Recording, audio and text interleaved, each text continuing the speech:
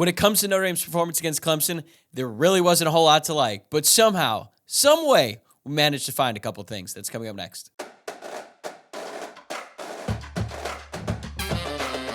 You are Locked On Irish, your daily podcast on the Notre Dame Fighting Irish.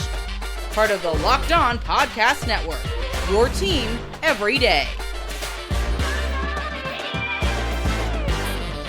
What's up? Welcome to another edition of Locked On Irish, your daily Notre Dame podcast. Today is Tuesday, November 7th, and thank you for getting your day started here by making this your first listen of the day. I'm your host, Tyler Wojciak. I graduated from Notre Dame in 2018, and now I'm a producer covering college football for Fox Sports. And today's episode is brought to you by Gametime. Download the Gametime app, create an account, and use code LOCKEDONCollege for $20 off your first purchase. As is tradition, on Tuesdays during the football season, I'm going to be joined by my old co-host, Luke Smith, to share our final thoughts on Notre Dame's loss at Clemson. We'll go over the things we liked and didn't like from the game. Not surprisingly, there was a hell of a lot to choose from the stuff that we didn't like compared to what we did. Either way, I felt like it was a pretty cathartic experience, and I hope you feel the same after listening. So let's get into it. All right. I'm here with Luke Smith to put the Clemson game to bed once and for all. But first, we do need the boots on the ground report from South Carolina. How was your trip? I'll get into this more later, but when you take out the game, it's pretty good, to be honest. I really wish I had a small part of the trip anyway. Yeah, I really wish I had more negative things to say, but it was a massive upgrade in terms of the weather from what I experienced 8 years ago for that hurricane game. It was a little bit chilly in the morning, but it was 75 degrees pretty much every day I was there. So that was nice. It was a cool campus. I felt like the last time I was there, I didn't know what the campus looked like because it was just raining sideways the whole time, but it was really cool, I thought. And I'll get into the people more later, but there's really not a lot of complaints, which is a problem. And it is always weird when you're playing a noon game, but I kind of had a feeling that it was going to be a good crowd, and it was. And that this team does not handle crowds, as we proved once again today. So that was a problem for Notre Dame. But I really wish I had just these horror stories, but I just don't. And that's the problem. I know the people who are tuning in, hoping to see us lose our minds and blow a gasket about the game on Saturday. I'm sorry to disappoint, but like I was saying yesterday, I've accepted it, and I'm just not nearly as upset as I normally would be after a loss, and especially a loss that was as ugly and painful as the one we saw on Saturday. It just doesn't really matter, I guess, either. Okay, I get, and I would have loved to have played a New Year's Six game, don't get me wrong, and had the opportunity to snap that streak, but it doesn't matter. You already had two losses. You already kind of pissed the bed, if you will, so who cares? And before the game started, I don't know if you saw this too, friend of the program, Tim Murray, pointed out that pretty much the entire public betting market was on Notre Dame -3, which is an immediate red flag. Apparently there were more bets on New Mexico State than there were on Clemson in that game. And that's just sort of college football for you. When everyone thinks it's going to go one way, it usually goes the other, unless, of course, it's the teams on the top tier, or top two tiers, I should say, of college football. Those teams are usually, I don't want to say upset proof, but they avoid some of these weird things that just sort of happen in college football. Like you're going up against a Clemson team that's lost 2 games in a row, but then they just managed to turn it on for one Saturday. That happens across the league every single year. For a while there, it felt like Notre Dame was able to avoid those trap games more often than not. But hey, they aren't able to do it right now, and they suffered another loss on Saturday. And there was plenty to not like from that game. So why don't you just take us away and start with your first thing? You mentioned the red flags as far as the gambling is concerned. The red flags started to appear to me when Friday night, every Clemson fan, which honestly could not have been friendlier, they said something along the lines of, you guys are going to kill us tomorrow. And that's never a good thing. Okay. They were very down and out on their team. And that gave me some pause Friday night. Saturday morning, wake up, get out to the tailgate lot. And it's kind of a weird morning. It's 8 a.m. It's really foggy. It's 37 degrees at that point before it ended up being a beautiful day. But I just kind of have this ominous pit in my stomach that Notre Dame's not going to be ready to play. And then that announcement comes out that they're going to wear white pants. And I feel worse because to me, and this is the most old man thing ever. That was like, you're not taking this game seriously enough. Like, why the hell are you wearing white pants? And maybe if it was at night, it would have looked a lot cooler, because I'll be honest with you, I thought it looked kind of bad during the day. It didn't look natural. And then when Dabo sprinted down the hill 20 yards ahead of his team, I felt even worse then. And boy, did the first half do nothing to assuage my fears. It didn't seem like Notre Dame was prepared at all. Kind of feels like the coaches and players took this one a little bit for granted. Penalized 5 times compared to Clemson 0.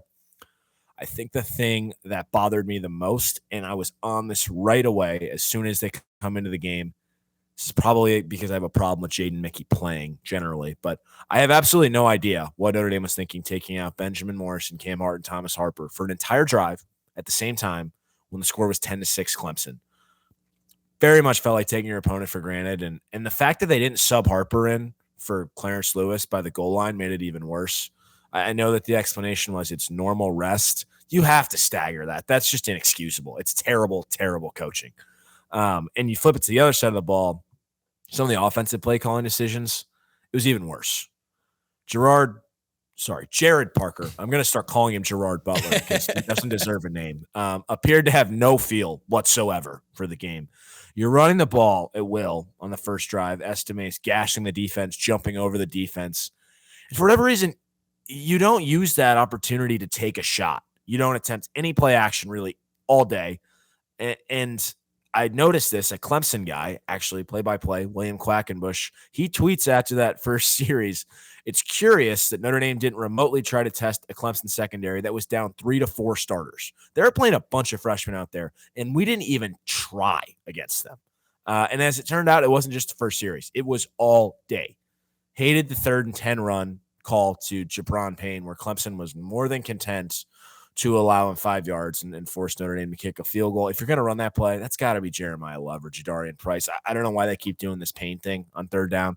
And frankly, Schrader could have kicked the field goal from where they were anyway. So what are you doing running the ball? I just, there were a lot of things I despised offensively. I hated kicking a field goal before the half. When it was 24-6, it felt very defeatist.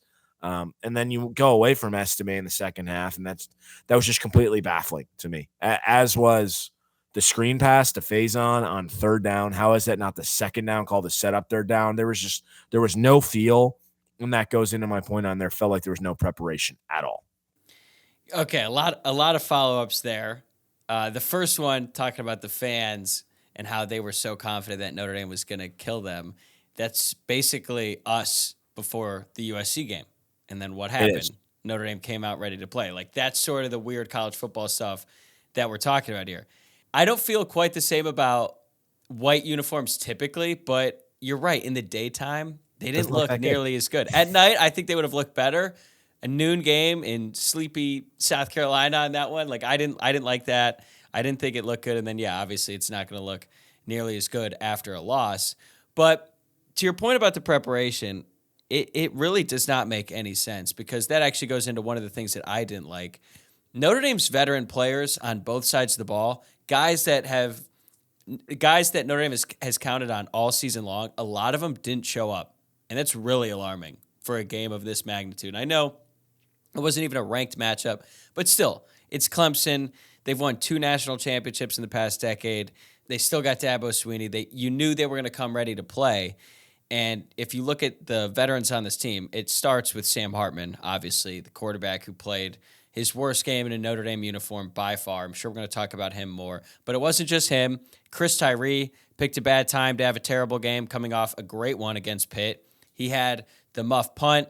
He also dropped a screen that would have been a huge play. I don't know if it would have been a touchdown, but it was one of the few plays where it's like, oh, wow, good play call, Jared. That was there. Notre Dame wasn't able to execute because the ball went right through Tyree's hands.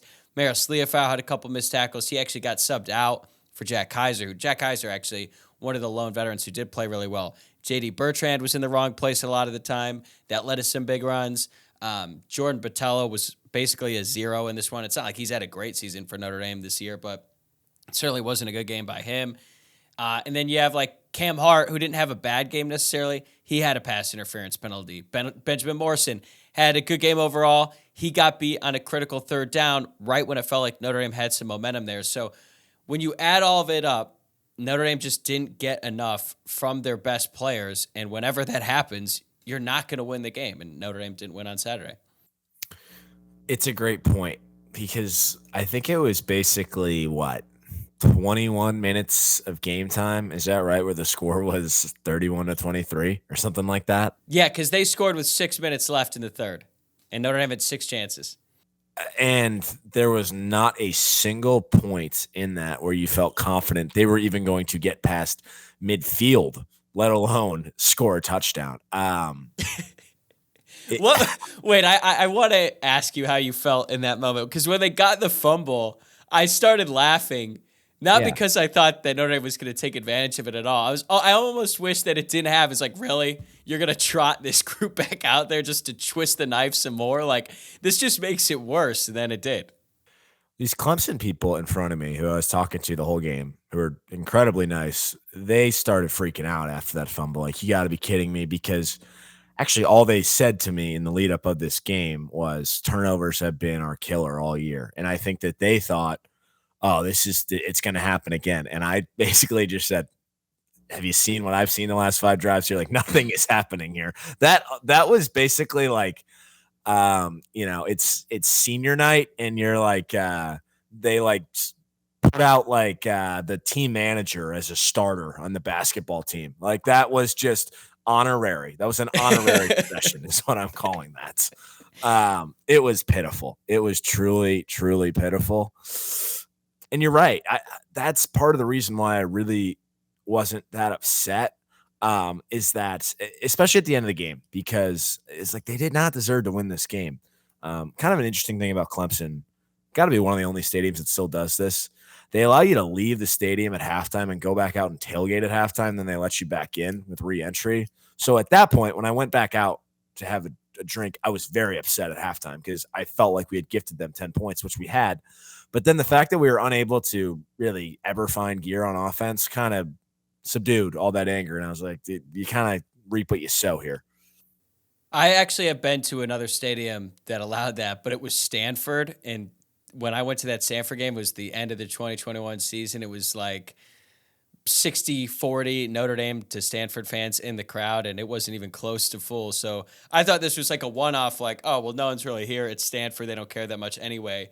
They let you go out, go tailgate, and then come back in. I'm surprised that a big stadium, one that actually has a team that's typically competitive and a fan base that really cares, I'm surprised that they'd allow you to leave and then come back in. But yeah, I think allowing yourself to leave and then come back, maybe you could like reset a little bit. And they don't serve alcohol in the stadium. So that is like Notre Dame. So that's one of the things. Maybe that's why they do it. I don't know. But yeah, I kind of walked back out there. I ran into some of my friends that I knew down there. And I think that the overall sentiment was nobody really wants to talk right now. But then like I said, as the game progressed, it was kind of like, wow, this is what this is. It's just sad. Luke and I still have a lot more things we didn't like that we need to hash out, but I wanted to take this moment to tell you about FanDuel. Score early this NFL season with America's #1 sportsbook. Right now, new customers get $150 in bonus bets with any winning $5 moneyline bet. That's $150 if your team wins. If you've been thinking about joining FanDuel, there's no better time to get in on the action. The app is so easy to use, and there's a wide range of betting options, including spreads, player props, over-unders, and more. All right, for my pick this week, I think I'm going to take the Bears -3.5 against the Panthers on Thursday Night Football. I've had a lot of luck betting Thursday Night Football so far this season, but I will say this bet is dependent on whether or not Justin Fields plays. If he plays, I like the Bears. If not, we will reconsider that bet, so stay tuned for later in the week in case that pick changes. But for now, I'm taking the Bears -3.5. Visit FanDuel.com/LockedOn to kick off the NFL season. That's FanDuel.com/LockedOn. FanDuel, an official partner of the NFL. That actually leads me to the next thing that I didn't like from this game, that I was subjected to this atrocious performance at 9 a.m. local time. Because being out on the West Coast, like I think the best time zone for watching sports is probably Mountain, but no one's ever really in Mountain time, so I guess the popular vote is Central. There's definitely some pros and cons to West Coast time. I do normally enjoy waking up on Saturdays, catching like the last 30 minutes of the pregame shows, and then going right into games at 9 a.m. I don't like it when Notre Dame is in that 9 a.m. game. I'm just not emotionally ready to handle that. So this Saturday, woke up a little hungover, get on the couch, and I just am sitting there, don't have a whole lot of energy. Very early on in the game, I realized it's going to be one of those days, huh? And sure enough, it was. And I don't even think I moved from the couch for like the entire first half. Nothing about that game really moved me. And even when things were going bad for Notre Dame, I was just like, whatever. Like I just couldn't even get pissed off, even though I should have been inside. I was probably boiling a little bit, but I sort of rolled my eyes at what I was seeing because in a way it felt very predictable given what Notre Dame has done on the road this season. But still, when you see it play out, it's like when your parents are more disappointed in you than they are mad. It's like, that's how I felt watching Notre Dame. It's like, wow, I'm just disappointed. I can't even be mad. This is basically what we've seen all year on the road, and now I'm just sitting here like sad, and it's 9:45 on a Saturday. My day has just gotten off to a horrible start because of this Notre Dame football team. Yeah, and speaking of mad, the last thing that I disliked was just how nice everybody was, because it made it very difficult to be mad at all. Literally every Clemson fan I interacted with was welcome to Clemson. They couldn't have been friendlier. Just all weekend, Friday, Saturday, Saturday, like as the game's ending, we have these old Clemson people walking up to us saying like, oh, that was such a good game. And usually I probably would have been snippy and like, are you kidding me? That was a terrible game. But like they were so nice. I can't even say that. And then one old lady at the end was like, well, hey, if you had to lose, like this is the best place to do it. And I was like, I don't know about that, but I'm not gonna snap back at that. And I was with my mom at this game. She despises road games, really doesn't go to them. And she is actually a far worse loser than I am, like a far worse loser. And she would tell you that. And as we're walking out, she's like, I don't know how you go to all these road games. And this one wasn't even that bad, probably in the spectrum. Like, this is about as good as it gets, to be honest. So, yeah, that was hard. Just not being able to kind of snap and having no reason really to snap. You know what that reminds me of? The Georgia game in 2019. I was so upset after that game, and the fans, at least the ones I encountered, were super nice. And we were like, man, you guys could have won that one. Like, you guys really pushed us to the brink. We really underestimated you all. And it's like, dude, just stop. Just let me be miserable. Just be mean to me because that's what I deserve. But of course, that followed up Friday night where they were like, y'all are going to kill us. So it was like, God, I mean, they were definitely feeling pretty down on themselves. And then we're all telling me that was the best they played all year, which if that's the case, yikes. Because I didn't think they played that well, but it was frustrating. The one thing that I think was accurate that a Clemson fan definitely told me was Friday night I had an Uber driver. We were talking about Will Shipley, and I said, yeah, he's a great player. That's a shame he's not playing tomorrow. And he goes to me, I think he's actually a bit overrated. Maffa's better. And I think he's right. After what I saw Saturday, I think Phil Maffa's a better running back than Will Shipley. Well, Notre Dame's run defense certainly made it look that way. And that is actually the last thing I didn't like from this game. For the most part, I would say just a really lackluster performance from that Notre Dame run defense. And for as good as the defense has been throughout the year, they have been much better defending the pass than they have been defending the run. And I remember when I was doing my bye-week report card and I was looking through some of the rushing defense numbers, they were not nearly as good as I thought they'd be. And I thought, okay, maybe some of this is skewed because they played Navy. But I think we saw on Saturday that they just aren't as good defending the run. They made Phil Maffa, I don't want to say that because I think that sort of takes away what Maffa did on Saturday, because he did have a really good game. He ran really hard, and he carried the ball 36 times, which is an insane number in modern college football. He finished with 186 yards, but the stat that really stood out to me, and that is really just an indictment of Notre Dame's defensive performance in that game, he had 113 yards after contact. Like, Notre Dame was in the right places. They had chances to make plays and stop him short, and more often than not, he would run through tackles and get those extra yards. And the reason, or a big reason, I should say, that Notre Dame was down and weren't able to come back throughout much of that first half is because Clemson was just running all over him. And then they'd hit him for some big runs. Obviously, the 41-yard touchdown hurt the most, but they had 6 runs of 10 yards or more. And when you're going up against a team like that, on the road, especially a team that hasn't been playing that well. If they're able to run the ball, you give them all the hope and confidence in the world that they can beat you. And give credit to Clemson. They took advantage of that and made Notre Dame's elite defense, or at least what we thought was an elite defense, look pretty mediocre for most of the game on Saturday. They did. And I know Moffitt came in, if not leading the ACC, but he's in the top 3 of yards after contact. And that really showed on Saturday. Just the tackling was so bad. And I'd like to loop that back into the point I was making earlier about being unprepared. That was just so frustrating. And don't get me started on another DJ Brown moment where I don't know what he's doing on that safety blitz. The angle he takes was just atrocious. Jordan Mettello didn't help him either, but that was just a killer. It's also just one of those things when, as a 6-year senior, you got to know better than that. Like, if DJ Brown isn't able to make some athletic play, like maybe a game-sealing interception, at least that I can be like, all right, well, maybe, a more athletic player, a younger player, maybe they can make that play. But at least he was in the right spot because he's a veteran. He knows where he needs to be. And that one, he looked like a true freshman, just running right by the running back. And that was a good call by Al Golden. Like, 10 times out of 10, that should be a tackle for loss, or at the very least, just a run stuff if the running back is able to absorb the hit and fight for a yard or two to get himself back to the line of scrimmage. But bro just went right by him. And then as soon as that happened, you're like, well, that's touchdown. Like, there's literally no one else behind him. So an absolutely inexplicable play from DJ Brown. And I know that he does provide some good things for the defense, but, man, there's a lot of times where you're watching him play and you're just scratching your head like, what? How did that happen from a 6-year senior?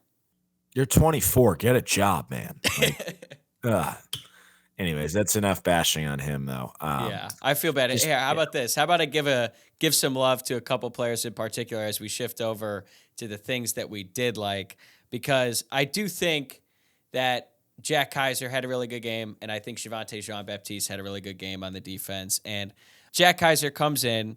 He played 47 snaps, I believe, a lot of it, and I guess not all in replacement of Maris Leofau, but Maris Leofau didn't have a great game. So he's seen the field a lot more than he has, and he comes out and he plays a great game, leads the team in tackles with 9, had 7 solo. And I feel like Jack Kaiser is just a very underrated player on Notre Dame, and he hasn't always been the most productive player on the field on Saturdays, in large part because he just hasn't played as much because he gets rotated out for the nickel.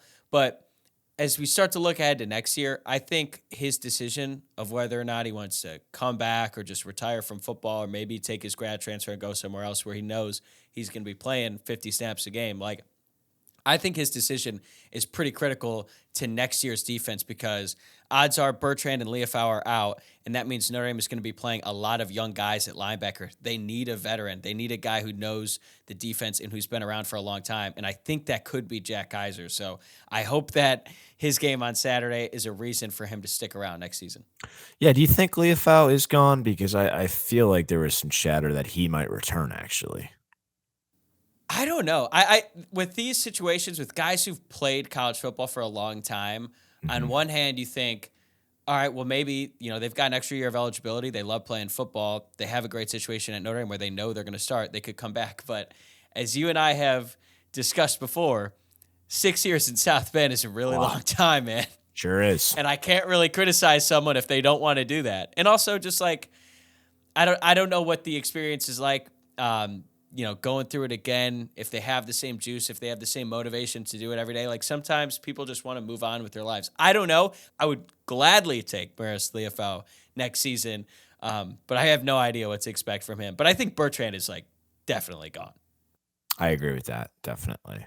Before Luke and I move on, I wanted to tell you about Gametime. Gametime is the fast and easy way to buy tickets for all the sports, music, comedy, and theater near you. With killer deals on last-minute tickets and their best price guarantee, you can stop stressing over the tickets and start getting hyped for all of the fun you're going to have.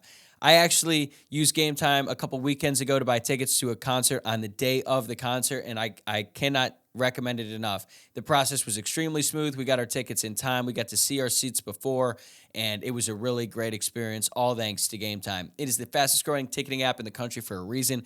You get images of your seat before you buy, so you know exactly what to expect when you arrive, and you can buy the tickets in a matter of seconds, just 2 taps and you're set. And the tickets are sent directly to your phone, so you never have to dig through your email. Snag the tickets without the stress with Gametime. Download the Gametime app, create an account, and use code LOCKEDONCollege for $20 off your first purchase. Terms apply. Again, create an account and redeem code LOCKEDONCollege for $20 off. Download Gametime today. Last minute tickets, lowest price, guaranteed. In terms of what I like, it's a little bit depressing, but it's true.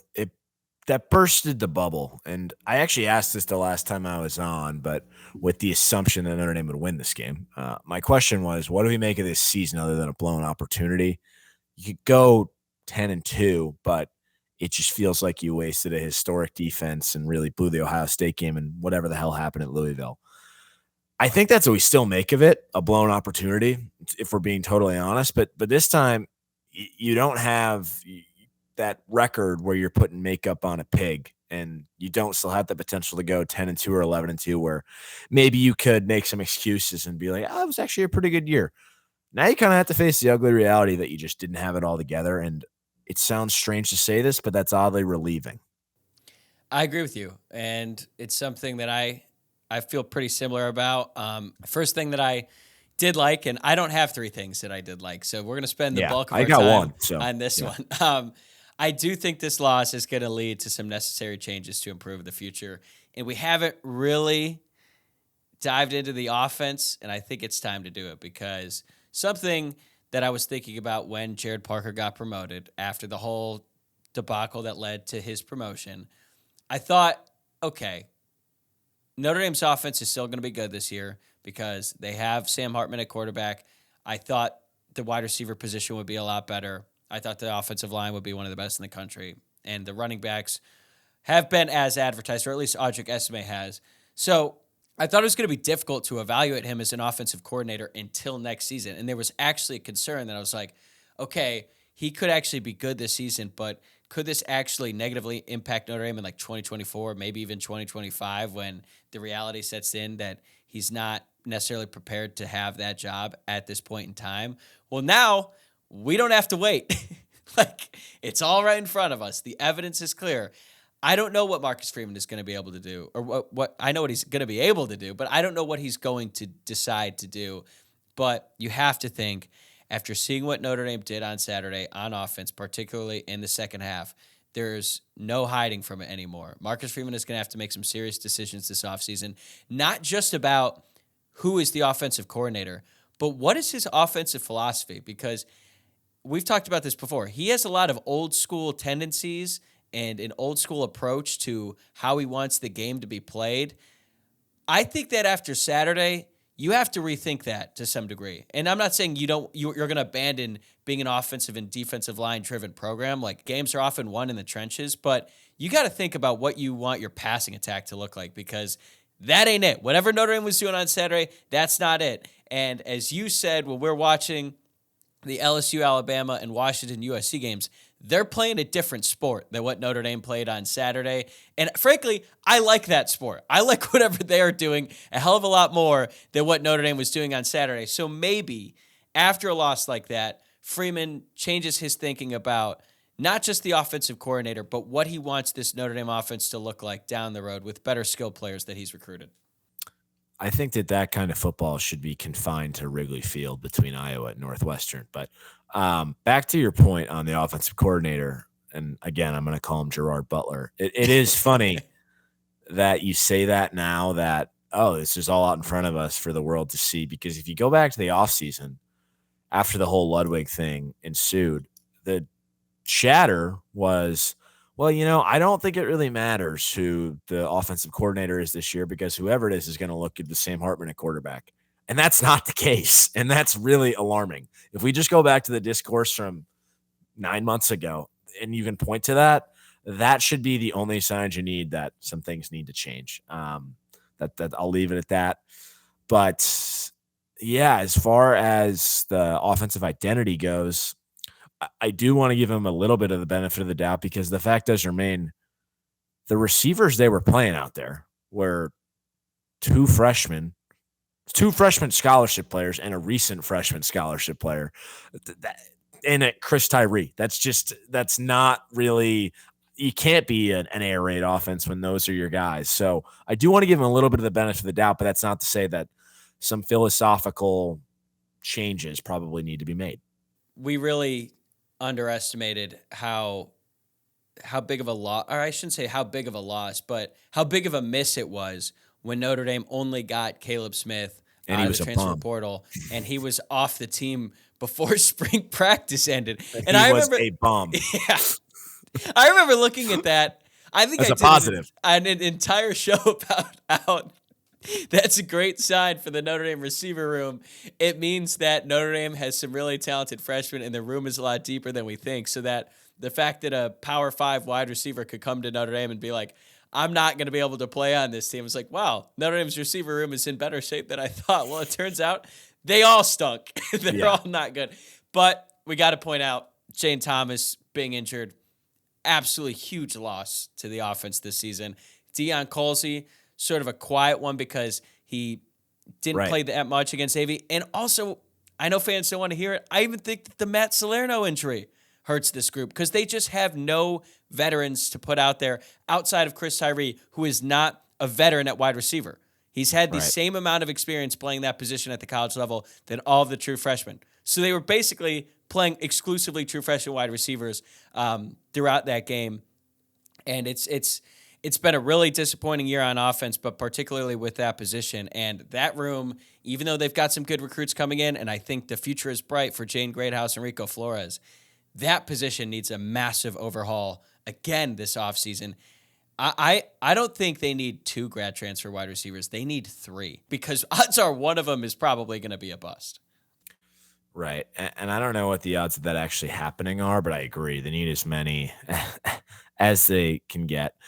I said that to you on Saturday, though. I don't think the Colsey thing has gotten enough talk because I know that the word was that the coaches weren't super high on him. But the fact of the matter is the guy made plays last year. He became like a security blanket for Drew Pine on third downs.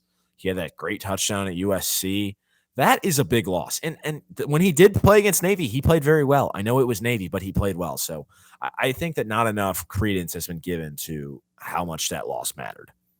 Yeah, so I think it's clear we're on the same page that this isn't entirely on Jared Parker. It's a tough situation for him, especially now that Mitchell Evans is out for the rest of the year. Like, they don't have a ton of reliable targets, but what is so frustrating about the offense is knowing all of that, knowing that your strengths are at running back and you have some playmakers there, but Notre Dame does nothing to put them in positions to succeed out in space. And when people criticize play calling, a lot of times they don't have alternatives. They don't have suggestions. They're just saying that play didn't work, therefore it was bad. But Notre Dame just doesn't have any creativity right now, and they don't do anything to try to make up for those losses. They just do the same thing, and they run the ball to estimate with sweeps, and you got a couple pulling guards, a couple tackles, and it just doesn't go anywhere. And then they get into third and long situations, and that's when you try running a screen play to Chris Tyree or just lob it up to him like they did in that game. So that's been the most frustrating part. We understand that the personnel that Notre Dame has right now at the skill positions is not what it should be. But that being said, there still has to be something done by the coaching staff to put them in better positions to succeed. And right now, and really the last few weeks, we just haven't seen it. We haven't. If it makes you feel any better, Notre Dame basketball is currently in a dogfight with Niagara, who is coached by Greg Paulus, believe it or not. But that's a dogfight in the second half right now. Former Notre Dame quarterback recruit, Greg Paulus. Yeah, former Duke basketball player, former Syracuse football player, Greg Paulus. Oh my God, I forgot about his Syracuse football set. All right, well, we got to go. We got to watch the game. Luke, I appreciate you coming on. Next week, there's no game to talk about, which is extremely weird at this point of the season, but I'm sure we'll figure out something. So until then. Sounds like a plan. All right, that's a wrap for this episode. Thanks again for making Locked On Irish your first listen of the day. Right now, I'm planning on having another guest from the Notre Dame beat on tomorrow's show, so stay tuned for that. The best way to stay up to date with everything we're doing over here on the podcast is to subscribe on YouTube or wherever you're listening to the podcast. So if you haven't done that already, please do so now. Also, give us a follow on social media. The Twitter/X account is at Locked On Irish. Instagram is at Locked On Irish Pod. And my personal Twitter account is at Tyler, WOJCIAK. Same time, same place tomorrow, guys. See you then.